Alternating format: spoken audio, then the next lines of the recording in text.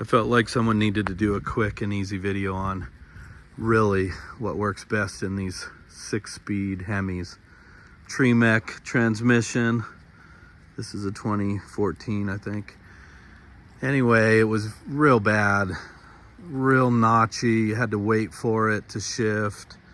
I put ATF plus 4 in there. I tried some lube guard. Terrible. None of it worked. None of it helped. Real hard to get into first. It was just stupid. Really frustrating. It's got 148,000 miles on it. Runs and drives great otherwise. And if you really take it easy, you can slide it into gear. But here's what I've done. I have used Redline ATF, and I added both of these.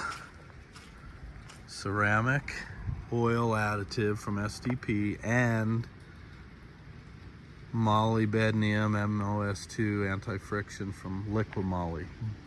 Full bottles of both in there, and then topped it off with Redline, and it really works. Buttery smooth, shifts nice. You're never gonna get completely rid of that notchy feeling, but this made a huge difference. It's super good.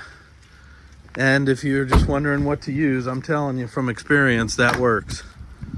And highly recommend it. This one's $11 at Walmart. This one is $39